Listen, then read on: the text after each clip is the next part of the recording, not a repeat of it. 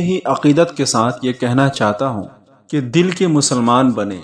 روح کے مسلمان بنے، زبان کے مسلمان بنے۔ ایک ہندو نے نبی پاک صلی اللہ تعالی علیہ وسلم کی سیرت مبارکہ پر ایک کتاب لکھی ہے۔ ایک ہندو نے جب ہندو نے نبی پاک صلی اللہ تعالی علیہ وسلم کی سیرت پر کتاب لکھی تو کچھ ہندوؤں نے اعتراض کیا کہ تم نے کیوں کتاب لکھا ہے نبی اعظم صلی اللہ تعالی وسلم کی شان میں، کیوں، آخر کیا وجہ ہے؟ تو ہندو کہتا ہے اگر میں اپنی نسب کے اعتبار سے ہندو ہوں لیکن میں پیارے آقا صلی اللہ تعالی علیہ وسلم سے محبت کرتا ہوں، میں ان کا عاشق ہوں۔ اور وہ جو ہندو ہے وہ اپنی تحقیق، اپنی ریسرچ کے اعتبار سے وہ کہتا ہے کہ میں نے عرب کے لوگوں کا عجیب حال دیکھا ہے۔ ایک حال تو یہ کہ جب نبی پاک صلی اللہ تعالی علیہ وسلم دنیا میں تشریف نہیں لائے تھے، اور دوسرا یہ کہ جب نبی پاک صلی اللہ تعالی علیہ وسلم دنیا میں تشریف لائیں، آپ کی آمد سے قبل عرب والے جو تھے وہ بڑے تکبر والے تھے، بڑے ایٹیٹیوڈ والے تھے، ان کے اندر گھمنڈ بہت زیادہ موجود تھا۔ وہ کسی کے سامنے جھکنا پسند نہیں کرتے تھے، وہ صرف جہاں جاتے تھے یہ سوچتے تھے کہ انہی کی واہ واہی ہو، لوگ انہی کی تعریف کریں، ان کو ہر جگہ مقدم کیا جائے۔ یہاں تک کہ ایک موقع پر ایک حوض کے پاس چند قبیلے والے جمع ہوئے اپنے اپنے گھوڑے کو پانی پلانے کے لیے، صرف اس بات پر کہ کسی نے کہا کہ میں اپنے گھوڑے کو پہلے پانی پلاؤں گا، دوسرے نے کہا کہ میں اپنے گھوڑے کو پانی پلاؤں گا۔ اسی بات پر ان قبیلوں میں زبردست لڑائی ہو گئی، اور ایسی لڑائی ہوئی جو نسل در نسلوں تک چلی۔ اور وہ دوسرا پہلو بیان کرتا ہے کہ جب نبی پاک صلی اللہ تعالی علیہ وسلم دنیا میں تشریف لائے، ایک جنگ کے موقع پر صحابہ کرام شدید زخمی ہو گئے تھے، غالباً 3 تھے یا 7 تھے، تو یہ صحابہ کرام جنگ میں شدید زخمی ہو چکے تھے۔ تو ایک صحابہ کرام اپنے ہاتھ میں پانی کا پیالہ لے کے آئے، اور جو سب سے پہلے تھے ان سے عرض کیا کہ آپ پانی کو پی لیں، اسی لیے کہ آپ شدید زخمی ہیں، ممکن ہے کہ آپ کے درد میں کمی ہو جائے۔ تو پہلے والے نے کہا کہ نہیں، جو دوسرے ہیں وہ پانی کے زیادہ محتاج ہیں، ان کو پانی کی زیادہ ضرورت ہے کیونکہ وہ مجھ سے زیادہ زخمی ہیں۔ جب دوسرے کے پاس پانی کا پیالہ لے کے جب وہ گئے تو دوسرے نے کہا نہیں، میں جوان ہوں، لیکن جو میرے قریب میں ہیں وہ بوڑھے ہیں، وہ زیادہ زخمی ہیں، وہ زیادہ کمزور ہیں، ان کو پانی پلایا جائے۔ تو تیسرے نے کہا نہیں، چوتھے کو پلاؤ، اسی لیے کہ وہ زخمی بھی ہے اور بیمار بھی ہے۔ جب چوتھے کے پاس وہ گئے تو چوتھے والے نے کہا کہ 5ویں کو پلاؤ، اسی لیے کہ اس کو زخم میرے سے پہلے لگا ہے، اس کے زخم میں شدید زیادہ ہے۔ جب 5ویں کے پاس گیا تو 5ویں والے نے کہا کہ 6 کے پاس چلے جاؤ، اسی لیے کہ اس کا وقت مجھے زیادہ قریب لگ رہا ہے، وہ زیادہ شدید زخمی نظر آ رہا ہے۔ اور جب میں 6 کے پاس گیا تو 6 یہ کہنے لگا کہ وہ 5 جس رسول اعظم صلی اللہ تعالی علیہ وسلم کا کلمہ پڑھتے ہیں، میں بھی انہی کا کلمہ پڑھنے والا ہوں، تو مجھے نہ پلا، 7ویں کو پلا۔ کہتے ہیں کہ میں ان کے قریب گیا اور میں نے یہ منظر دیکھا۔ اس نے کہا کہ اگر 6 قربانی دے سکتے ہیں تو میں نے بھی نبی پاک صلی اللہ تعالی علیہ وسلم سے تربیت لی ہے، تو پہلے کے پاس جا، اس کو جا کے پانی پلا۔ تو وہ کہتے ہیں جب میں پہلے کے پاس گیا، کہتے ہیں کہ اس کی روح فوراً پرواز کر گئی۔ میں دوسرے کے پاس گیا تو وہ کلمہ پڑھ کر شہادت کا جام پی لیا، اور جب میں تیسرے کے پاس گیا تو حوض کوثر پر پہنچ گیا۔ کہتے ہیں کہ 7 کے 7 وصال کر گئے اور پانی ویسے کا ویسا ہی رہ گیا۔ تو وہ ہندو کہنے لگا کہ یہ وہی لوگ تھے جو پانی کی خاطر قتل کیا کرتے تھے، ایک دوسرے کو تکلیف پہنچایا کرتے تھے، لیکن جب نبی پاک صلی اللہ تعالی علیہ وسلم دنیا میں تشریف لائے تو یہی لوگ ایک دوسرے کو پانی دے رہے ہیں، ایک دوسرے کی مدد کر رہے ہیں۔ یہ وہی لوگ ہیں کہ ان کا وجود صرف اللہ رب العزت کی بارگاہ میں نہیں جھکتا ہے، بلکہ ان کا دل بھی جھکتا ہے اور ان کا روح بھی اللہ رب العزت کی بارگاہ میں جھک جاتا ہے۔ اور یہ لوگوں کی زندگی اللہ رب العزت کو راضی کرنے میں گزرتی ہے، اللہ کے پیارے حبیب صلی اللہ تعالی علیہ وسلم کی محبت میں گزرتی ہے۔ یہی وہ لوگ ہیں جو دنیا میں رہ کر اللہ رب العزت کے نام کو زندہ رکھتے ہیں، رسول اعظم صلی اللہ تعالی علیہ وسلم کی محبت کو زندہ کرتے ہیں۔ یہ وہ لوگ ہیں جو نبی پاک صلی اللہ تعالی وسلم کی محبت میں جینا اور مرنا جانتے تھے۔ اور جب حضرت عمر فاروق رضی اللہ تعالی عنہ کی لونڈی نے کلمہ طیبہ پڑھ کر مسلمان ہو گئی تو حضرت عمر نے اس کو الٹا لٹکا دیا اور آپ درے مارتے ہیں۔ وہ لونڈی کہتی ہے کہ حضرت عمر مجھے اتنا مارتے ہیں کہ مارتے مارتے تھک جاتے ہیں، پھر وہ پانی منگاتے ہیں اور پانی پیتے ہیں، پھر مجھ کو مارتے ہیں۔ یہی عمر تھے جو کہتے تھے کہ اگر کوئی کلمہ پڑھے گا تو میں گردن کاٹ دوں گا، میں اس کے سر کو اس کے جسم سے جدا کر دوں گا۔ یہ وہی عمر ہے جو مذہب اسلام کے دشمن تھے، جو اسلام قبول کرتا تھا، آپ ان کو دیکھنا پسند نہیں کرتے تھے۔ اور اب یہی عمر ہے جو کلمہ طیبہ پڑھ کر مسلمان ہو گئے، مصطفیٰ جان رحمت صلی اللہ تعالی وسلم کے سچے پکے عاشق ہو گئے، ان کے غلام ہو گئے۔ پہلے تو ایک قبیلے کے سردار تھے، الٹا لٹکا کر درے مارا کرتے تھے، اور چاہیے تو یہ تھا کہ جب آپ امیر المؤمنین بن گئے تھے تو اور زیادہ آپ سختی کرتے اور زیادہ آپ پٹائی کرتے، اور جب آپ امیر المؤمنین بن گئے تو 24 لاکھ مربع میل پر آپ کی حکومت تھی، اور آپ کے نام میں اتنی پاور تھی کہ آپ کا نام سن کر ہی دشمن کانپ جایا کرتے تھے، دشمن اپنے ارادے کو ترک کر لیا کرتے تھے۔ 24 لاکھ مربع میل کا حکمران وہی عمر اپنے چہرے میں نقاب پہنتے ہیں، اپنے چہرے کو چھپاتے ہیں تاکہ کوئی پہچاننے والا پہچان نہ لے کہ یہ عمر ہے۔ وہی عمر جو کل غریب عورتوں کو درے سے مارتے تھے، ان کے اندر انقلاب پیدا ہو گیا۔ عمر گزر رہے ہیں، ایک گھر سے بچوں کی رونے کی آواز آئی، آپ چہرے پہ نقاب پہنے ہوئے تھے، آپ وہاں رک گئے، آپ کے ساتھ غلام تھا تو آپ نے اپنے غلام کو بھیجا کہ دروازے پہ جاؤ اور صورت حال معلوم کرو، کیوں بچے رو رہے ہیں۔ تو جب آپ کے غلام دروازے پر گئے اور آپ کے غلام نے کہا کیا ماجرا ہے، کیوں بچے رو رہے ہیں، تو اندر سے آواز آئی یہاں سے جاؤ، تم کون ہوتے ہو، میں تمہیں کیوں بتاؤں کہ کیا ماجرا ہے، کیا بات ہوئی ہے، کیوں بچے رو رہے ہیں، تم کون ہوتے ہو، جاؤ یہاں سے۔ تو وہ کہتی ہے کہ درجنوں آتے ہیں اور پوچھتے ہیں اور چلے جاتے ہیں، تم بھی جاؤ یہاں سے۔ در حقیقت میں جو غریب ہوتے ہیں نا، جن کی زندگی غربت میں گزرتی ہے، تو وہ اپنی درد، اپنی تکلیف لوگوں کو بتانا پسند نہیں کرتے ہیں۔ وہ یہ پسند کرتے ہیں کہ میں سوکھی روٹی کھاؤں، یہ میرے لیے منظور ہے، لیکن کوئی میرا مذاق اڑائے، کوئی میری توہین کرے، کوئی انسلٹ کرے، یہ ان لوگوں کو پسند نہیں ہوتا ہے۔ آج بھی دور حاضر میں بہت سارے ایسے لوگ ہیں جو غریبوں کی غربت پر مذاق اڑاتے ہیں، اگر ان کو ذرہ برابر کوئی چیز دیتے ہیں تو ان کے ساتھ تصویر، ان کے ساتھ ویڈیو بناتے ہیں اور سوشل میڈیا پر اپلوڈ کر دیتے ہیں تاکہ وہ مشہور ہو جائے، تاکہ لوگ چرچا کریں کہ فلاں صاحب نے کسی غریب کو کچھ پیسے دیے ہیں، فلاں صاحب نے کسی غریب کی مدد کی ہے۔ وہ اپنی ذات کے لیے غریبوں کی مدد کرتا ہے۔ الحمدللہ تعالی ابھی بھی کچھ لوگ ایسے ہیں جو مدد تو کرتے ہیں لیکن اپنے نام کو ظاہر نہیں ہونے دیتے ہیں، اور وہ منع کرتے ہیں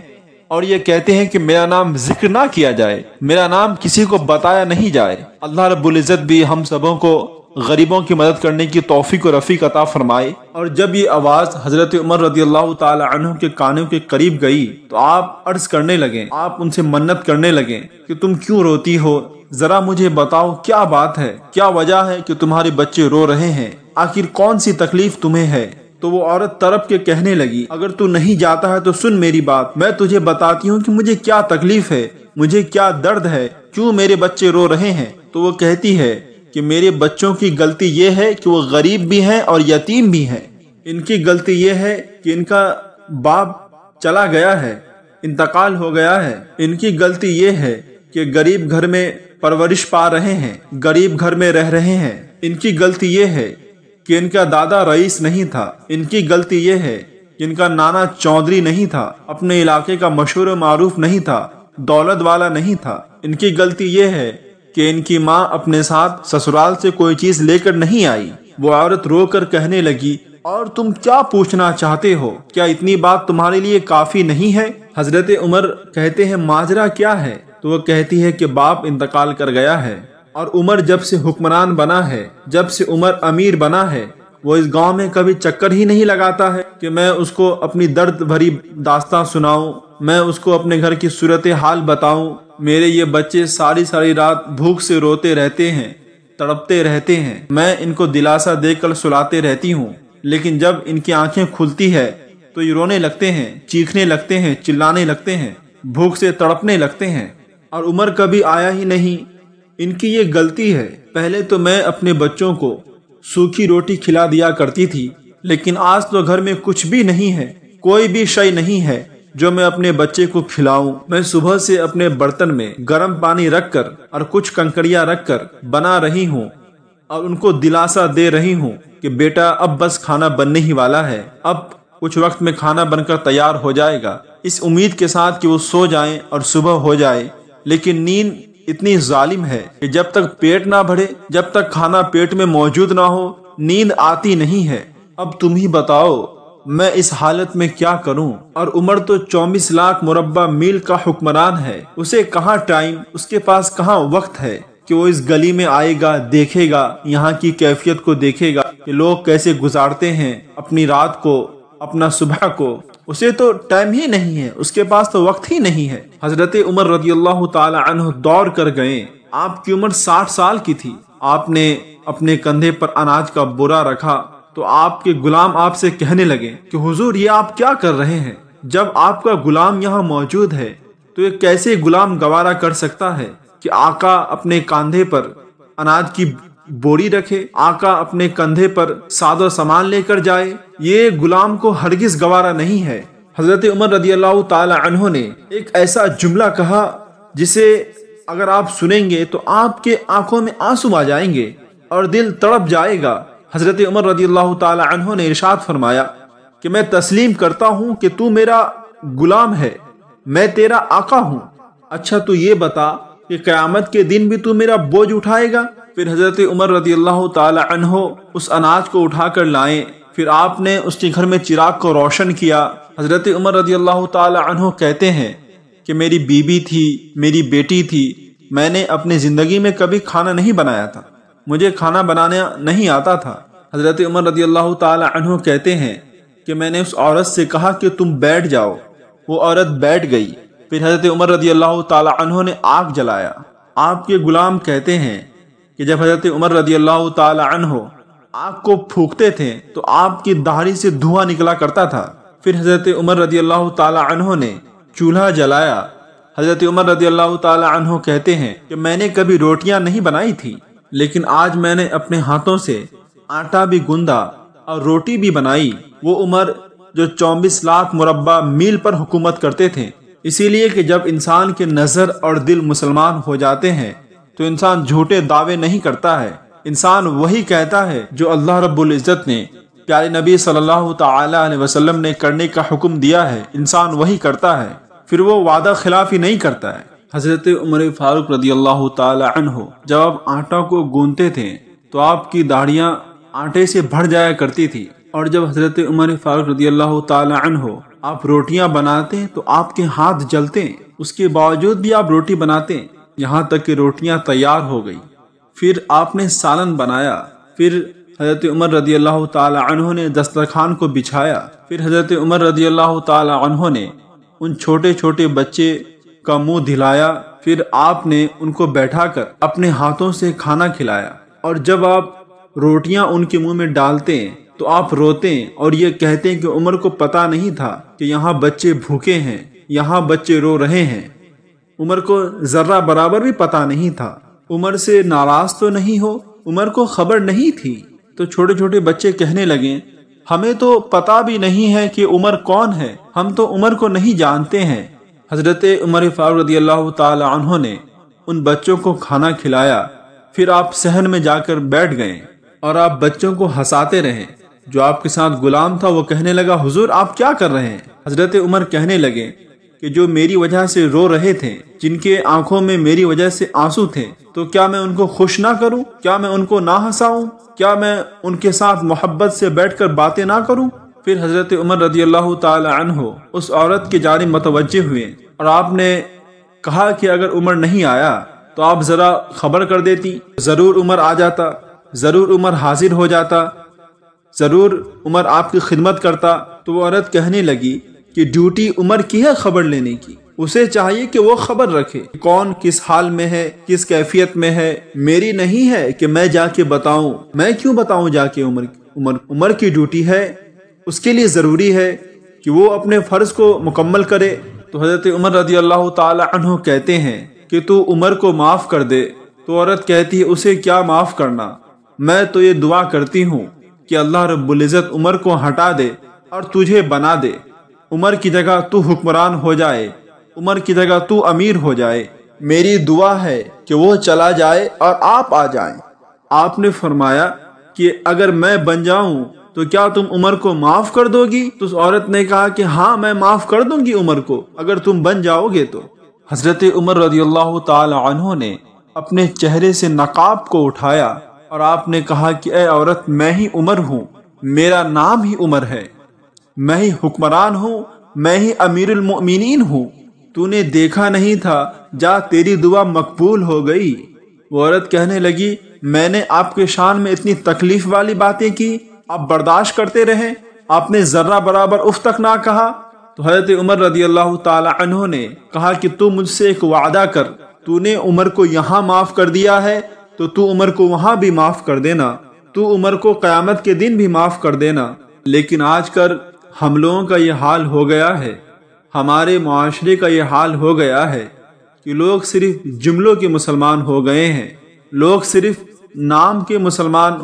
ہو گئے ہیں۔ ہم اپنے آپ کو زبردستی مسجد میں لاتے ہیں اور کچھ رکعتیں پڑھتے ہیں، آج ہمارا یہ حال ہو گیا ہے۔ حدیث پاک میں آتا ہے کہ پیارے نبی صلی اللہ تعالی علیہ وسلم نے ارشاد فرمایا کہ میں اس کو اپنا مومن ہی نہیں جانتا ہوں۔ تو صحابہ نے عرض کیا اے اللہ کے پیارے حبیب صلی اللہ تعالی علیہ وسلم، کون ہے وہ؟ پیارے نبی صلی اللہ تعالی علیہ وسلم نے پھر ارشاد فرمایا کہ خدا کی قسم میں اس کو مومن نہیں سمجھتا ہوں، خدا کی قسم میں اس کو مومن نہیں مانتا ہوں۔ تو صحابہ نے عرض کیا اے اللہ کے پیارے حبیب صلی اللہ تعالی وسلم، کون ہے وہ؟ پھر آپ نے ارشاد فرمایا کہ میں اس کو مومن نہیں جانتا ہوں، میں اس کو مومن تسلیم نہیں کرتا ہوں۔ صحابہ اکرام نے عرض کیا اے اللہ کے پیارے حبیب صلی اللہ تعالی وسلم، کون ہے وہ؟ ذرا ہمیں بتائیں، کون ہے جسے آپ مومن نہیں مانتے ہیں؟ کون ہے جسے آپ مومن نہیں سمجھتے ہیں؟ اے اللہ کے پیارے حبیب صلی اللہ تعالی وسلم، ہمیں بتا دیجئے۔ پیارے نبی نے ارشاد فرمایا کہ خود تو پیٹ بھر کر کھانا کھائے اور اس کا پڑوسی بھوکا سو جائے۔ جو خود پیٹ بھر کر کھانا کھاتا ہے اور اس کا پڑوسی بھوکا سو جاتا ہے، بھوکے پیٹ سو جاتا ہے، میں اس کو ہرگز مومن نہیں مانتا ہوں، میں اس کو ہرگز مومن تسلیم نہیں کرتا ہوں۔ 3 دفعہ نبی پاک صلی اللہ تعالی علیہ وسلم نے ارشاد فرمایا کہ میں اس کو مومن نہیں سمجھتا ہوں۔ حضرت شرف الدین یحییٰ منینی رضی اللہ تعالی عنہ، آپ دہلی کے درویش تھے۔ آپ کا ایک بڑا ہی پیارا مرید تھا، وہ غریب تھا، وہ ہمیشہ آپ کی خدمت میں آتا تھا اور عرض کرتا تھا حضور میرے لیے دعائیں کر دیں، میری 6 بیٹیاں ہیں، میں ان کی شادی کرانا چاہتا ہوں۔ اکثر و بیشتر جب بھی وہ آپ کی بارگاہ میں آتا تو آپ سے دعا کرواتا، اور جہاں آپ بیٹھ کر لوگوں کو مرید کرتے تھے، لوگوں کی تربیت کرتے تھے، اس کے قریب ایک عیسائی رہا کرتا تھا۔ وہ بڑا ہی مالدار تھا، اس کے پاس اونٹ، بکری، بھیڑ، گائے، بہت سارے جانور اس کے پاس موجود تھے، اور وہ حضرت کی بڑی مخالفت کرتا تھا، آپ سے وہ دشمنی کرتا تھا، آپ سے وہ حسد کرتا تھا۔ اور جب آپ کے پیارے غلام آپ کے پاس آتے ہیں تو آپ سے عرض کرتے ہیں کہ آپ دعا فرما دیں۔ تو آپ نے پوچھا کہ یہ بتاؤ کہ تمہاری بیٹی کی شادی کے خرچے کتنے ہیں؟ تو اس غلام نے کہا کہ حضور میری ایک بیٹی کی شادی کے جو خرچے ہیں وہ 1000 دینار ہے، اور یہ جو آپ کا غریب مرید تھا تو عیسائی کے گھر کے بغل میں رہا کرتا تھا، عیسائی کے گھر سے قریب اس کا گھر تھا، اور یہ عیسائی اس مرید کو طعنہ دیا کرتا تھا تو تم کس درویش کے پاس جاتے ہو، اس کا خود اپنا کچھ نہیں ہے، تم اس کے پاس جاتے ہو اور اس کو کہتے ہو دعا کر دے، وہ تمہارے لیے کچھ بھی نہیں کر سکتا ہے۔ وہ تمہیں کیا دے سکتے ہیں؟ جن کی خانقاہ خود چندے پر چلتی ہے، خود لوگ چندہ دے کر جاتے ہیں تب ان کی خانقاہ چلتی ہے، وہ تمہیں کیا دے سکتے ہیں؟ ان کے پاس تو دینے کے لیے کچھ بھی نہیں ہے۔ تیری بیٹی کا معاملہ اس کے پاس حل نہیں ہو سکتا ہے۔ تو اس غریب مرید نے کہا کہ تم میرے پیر کو نہیں جانتے ہو، میں جن کے پاس جاتا ہوں، جن سے میں طلب کرتا ہوں، جن کو میں اپنی باتیں بتاتا ہوں، تم اس کو نہیں جانتے ہو، تم اس کی حقیقت سے غیر آشنا ہو۔ اگر ان کا بس چلے نا تو ہر قیمت میں میری بیٹیوں کی شادی کرا سکتے ہیں، اتنی صلاحیت کے وہ کامل ہے۔ تو اس عیسائی نے کہا کہ جاؤ اور جا کر اپنے پیر کو کہہ دو کہ اگر وہ میرے کھیت پر کام کرے گا، میرے جانوروں کو چارہ ڈالے گا، میرے جانوروں کی خدمت کرے گا تو میں 6000 دینار اس کو دے دوں گا۔ اس عیسائی نے کہا جاؤ جا کر اپنے پیر سے کہہ دو کہ میں اس کو 6000 دینار دینے کے لیے تیار ہوں، وہ 6 سال تک میرے جانوروں کی خدمت کرے، اس کی دیکھ بھالی کرے۔ تو اس مرید کو اس بات سے کافی تکلیف پہنچی اور اس عیسائی سے اس کا جھگڑا ہو گیا، اور یہ جھگڑے کی خبر شہر میں پھیل گئی۔ پھر یہ خبر حضرت شیخ شرف الدین تک بھی پہنچ گئی۔ جب یہ خبر آپ تک پہنچی کہ اس طرح سے جھگڑا ہوا ہے، جب لوگ عشاء کی نماز کے بعد سو گئے تو آپ رات کی تنہائی میں اس عیسائی کے پاس جاتے ہیں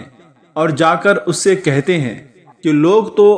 سوچ سمجھ کر ملازم رکھتے ہیں، تو نے بھی سوچ سمجھ لیا ہوگا، اسی وجہ سے تو نے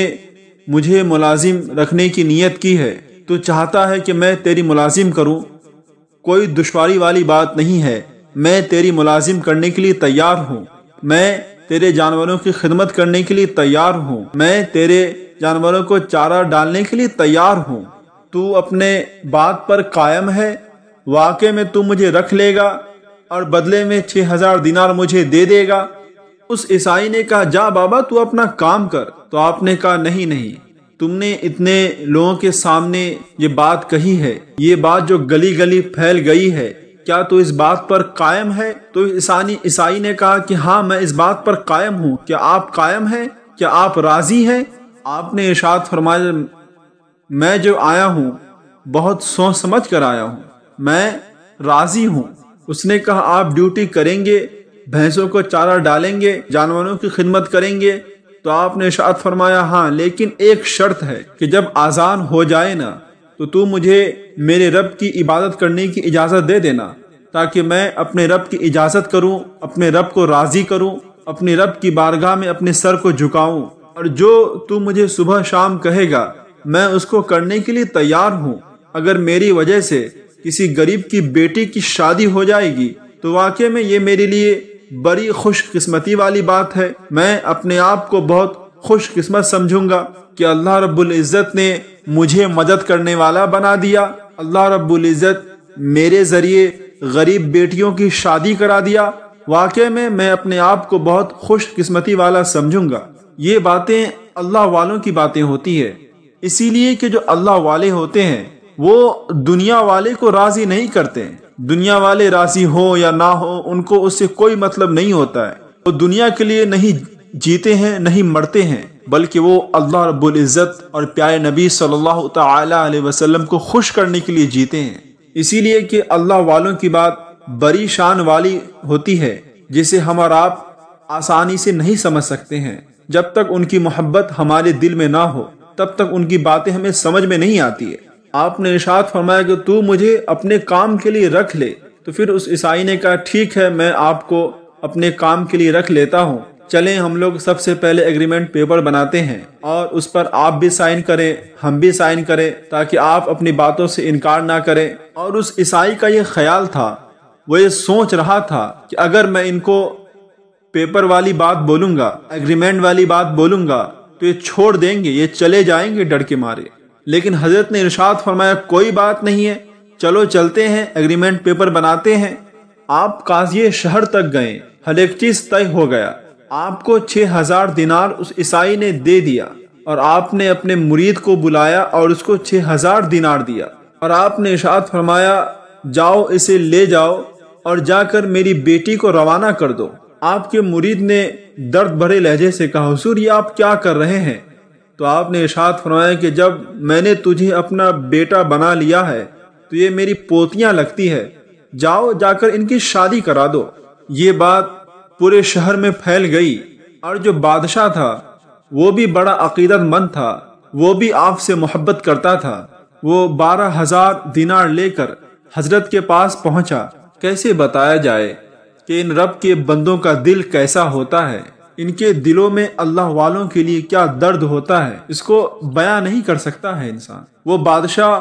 12000 دینار لے کر حضرت کے پاس گیا اور عرض کیا کہ آپ اس عیسائی کو ڈبل دیں اور آپ جائیں، جا کر اپنی خانقاہ میں بیٹھ جائیں آپ۔ تو حضرت نے ارشاد فرمایا کہ اگر تم پیسہ دینا چاہتے ہو تو تم دے دو، لیکن تم کوئی شرط نہ لگاؤ، کوئی پابندی نہ لگاؤ، میں اس کو جہاں چاہوں گا وہاں میں خرچ کروں گا۔ اب تو مجھے بڑا مزہ آتا ہے اللہ رب العزت کی راہ میں خرچ کرنا، مجھے بڑا لطف ملتا ہے، بڑا سکون ملتا ہے۔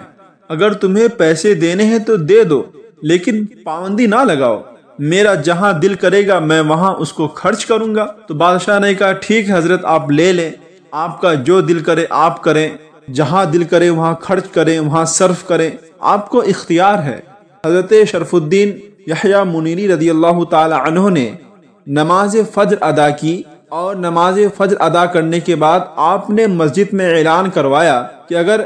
کسی کی بیٹی ہے یا کسی کی بہن ہے جس کی شادی نہیں ہوئی ہے، اس کو پیسوں کی ضرورت ہے تو میرے پاس آئے اور مجھ سے پیسے لے کر جائے اور اپنی بیٹی اپنی بہن کی شادی کروائے۔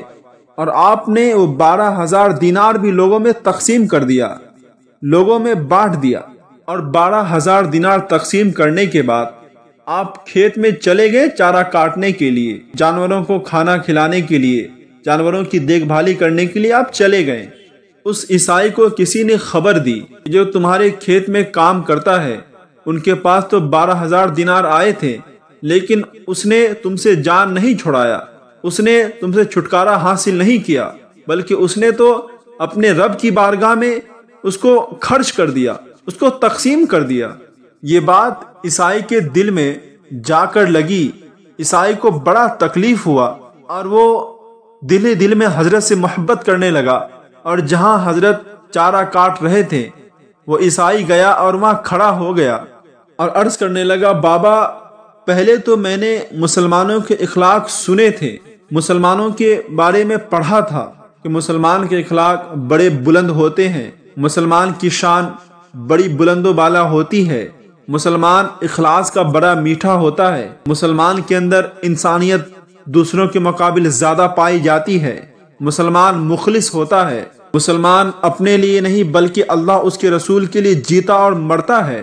اور آج تو میں نے اپنے آنکھوں سے مشاہدہ بھی کر لیا، یقیناً اس میں کوئی شک نہیں ہے، جو میں نے مسلمانوں کے بارے میں پڑھا تھا سنا تھا، آج میں نے اس کو اپنے آنکھوں سے دیکھ کر یہ تسلیم کر لیا کہ واقعی میں آپ مسلمان ہیں، واقعی میں آپ اللہ کے نیک بندے ہیں، واقعی میں آپ اللہ کے ولی ہیں۔ آپ کے پاس 12,000 دینار آیا تھا، آپ نے مجھ سے جان کیوں نہیں چھڑوائی، آپ کیوں نہیں مجھ سے آزاد ہو گئے؟ تو حضرت چارہ کاٹ رہے تھے، آپ نے ارشاد فرمایا اور آپ روتے روتے یہ کہنے لگیں کہ تم نہیں جانتے ہو، یہ جو بیٹیاں ہوتی ہے بڑی پیاری ہوتی ہے، بڑی بھولی ہوتی ہے، ان کے دل بڑے نرم ہوتے ہیں، ان کے انداز بڑی نرالی ہوتی ہے۔ میرے نبی پاک صلی اللہ تعالی علیہ وسلم نے حاتم طائی کی بیٹی کے سر کے اوپر کپڑا رکھ کر آپ نے ارشاد فرمایا تھا کہ یہ جو بیٹیاں ہوتی ہیں یہ برابر ہوتی ہے، تجھے یہ نہیں پتا کہ جب اس کی 6 بیٹیوں کی شادی ہوئی ہے تو میرے اندر کتنی زیادہ روحانیت بڑھی ہے، میرے روح کو کتنا زیادہ سکون ملا ہے، تجھے کچھ نہیں معلوم ہے۔ اور پھر میرے پاس 12,000 دینار آیا تھا، پھر کچھ بچوں کی شادی ہو گئی تو پھر مجھے زیادہ خوشی ملی اور میں زیادہ خوش ہو گیا اور میرے روح کو سکون میسر ہو گیا۔ تجھے نہیں معلوم میں اندر سے کتنا راضی ہوں، میں تیری نوکری کرتا رہوں گا، نہ جانے اللہ رب العزت کتنی بیٹیوں کی شادی کرا دے گا، کتنی بیٹیوں کے گھر سنور جائیں گے۔ یہ بات سن کر وہ عیسائی اتنا زیادہ رویا، اتنا زیادہ رویا کہ آپ کے قدموں میں گر گیا اور عرض کرنے لگا کہ بابا، میں نے آپ کی بڑی مخالفت کی ہے، میں بڑی آپ کے شان میں توہین کی ہے، پر تیرے قریب آ کر معلوم چلا ہے کہ تو بڑے اونچے اخلاق کا مالک ہے، تیری سیرت کافی بلند و بالا ہے، اور میں سوچ رہا ہوں کہ جب تیرا یہ مقام ہے تو تجھے اخلاق سکھانے والے محمد عربی صلی اللہ تعالی علیہ وسلم کے اخلاق کا عالم کیا ہوگا، ان کی شان کیا ہوگی۔ پیارے نبی صلی اللہ تعالی علیہ وسلم نے ارشاد فرمایا اس مسئلے میں کہ جس کو پتا تھا کہ فلاں آدمی بڑا ظالم ہے، وہ ظلم کرنے والا ہے، وہ ظلم کرتا ہے، پھر وہ ظالم کا گواہ بنا یا اس نے ظالم کی مدد کی، کتنی کی شارحین لکھتے ہیں کہ اگر ایک جملے بھی اگر اس نے مدد کی، ایک جملہ، ایک سینٹینس چاہے کسی بھی صورت میں ہو، چاہے کسی مقدمے میں ہو، چاہے کسی بھی مسئلے میں ہو، اگر کوئی ظالم کی مدد کرتا ہے ایک جملہ بول کر بھی، تو اللہ کے پیارے حبیب صلی اللہ تعالی علیہ وسلم ارشاد فرماتے ہیں اگر اس نے مدد کی، ظالم کی بات نہیں ہو رہی ہے، ظلم کرنے والوں کی بات ہو رہی ہے جو ظلم کرتے ہیں، صرف اگر کوئی ان کی مدد کرتا ہے تو اللہ کے نبی ارشاد فرماتے ہیں خدا بھی اس سے بری الذمہ ہے اور رسول بھی اس سے بری الذمہ ہے۔ اسی لیے ظلم کرنے والوں کی مدد نہ کریں، اسی لیے کہ جو ظلم کرنے والوں کی مدد کرتا ہے نہ ہی اللہ رب العزت اس کو پسند کرتا ہے،